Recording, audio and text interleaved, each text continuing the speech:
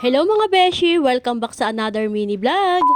Matagal na nga din mga beshi na hindi kami nakakatikim ng nilupak, kaya naman for today's video ay gagawa kami ng nilupak na saging na saba. Tabing bahay lang naman namin yung sagingan, kaya naman eto at kumuha na nga ako ng 2 buwig na maliit. Pinitaw-pitaw ko na nga isa-isa itong mga saging at inilagay ko na nga din sa kawali. Medyo payat nga din itong kinuha ko saging dahil nga sa nilupak ay mas maganda nga yung medyo payat. Mas mabilis kasi lupakin kapag hindi pa ganun kagulang yung saging. Pagkatapos ko nga mailagay sa kawali yung saging ay eto nga at isinalang ko na nga din sa apoy. At pagkatapos ay naglagay na nga din ako ng tubig. Sa tingin ko nga ay kakaunti yung una ko nilagay na saging, tapos nga ay maluwag pa din naman yung kawali, kaya naman nagdagdag ako. At ayan nga, dinagdagan ko na din ng panggatong, tapos tinakluban ko at hinayaan ko lang hanggang sa maluto. Habang inaantay ko nga na maluto yung saging ay naisipan ko na nga na diligan itong mga gulay na tinanim namin ni Lola. Malawak pa nga din yung space din at gagawin pa nga din namin yung garden kapag nga nakabili ako ng mga pananim. Malalaki na nga din itong mga tinanim namin na gulay at kaunting panahon na nga lang ay mapapakinabangan na. Kaya nga nagpalagay din ako ng bakod dahil nga napakadaming hayop din sa amin. Kaliwat kanan nga ang manok, tapos may mga alaga pa nga akong biik. Sayang naman kung tutukain ng manok o kaya ay bubungkalin ng baboy. At ayun nga mga beshi, pagkatapos ko nga makapagdilig ay bumalik na nga ako din sa nilalaga kong saging. Chinek ko nga kung luto na at nang okay na nga ay inahon ko na din sa kahirapan. Char.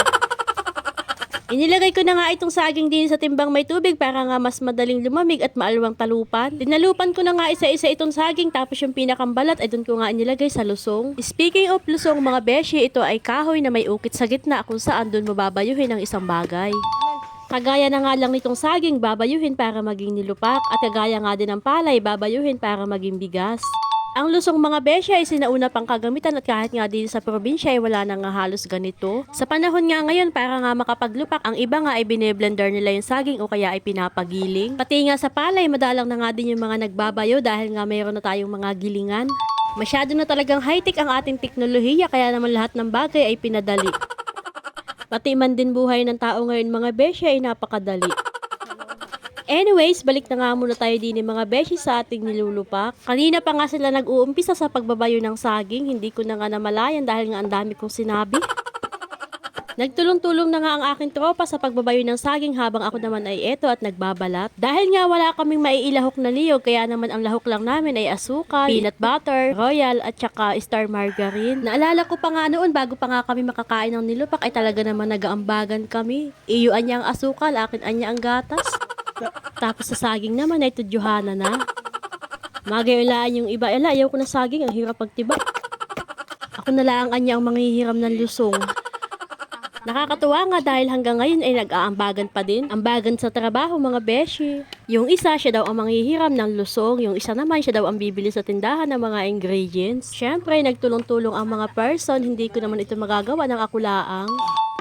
Sa mga puntungang ito mga beshi ay eto nga, tapos na nga kami maglupak. Nilagyan na nga din ng star margarine sa ibabaw at tinan nyo naman mga beshi, mukhang anong sarap. Bago pa nga makatikim na napakasarap ng nilupak ay talaga namang hindi din babasta ang sinabana. Pagkatapos naman ng hirap ay may sarap. Ngiting tagumpay naman ang aking mga tropa eh. Kain tayo mga beshi. Kung kayo nga ay napapaibig din sa aming ginawang nilupak ay diabigyan ko kayo, basta i-share nyo lamang itong video. Hanggang dito na lang muna mga beshi. Thank you for watching. Bye!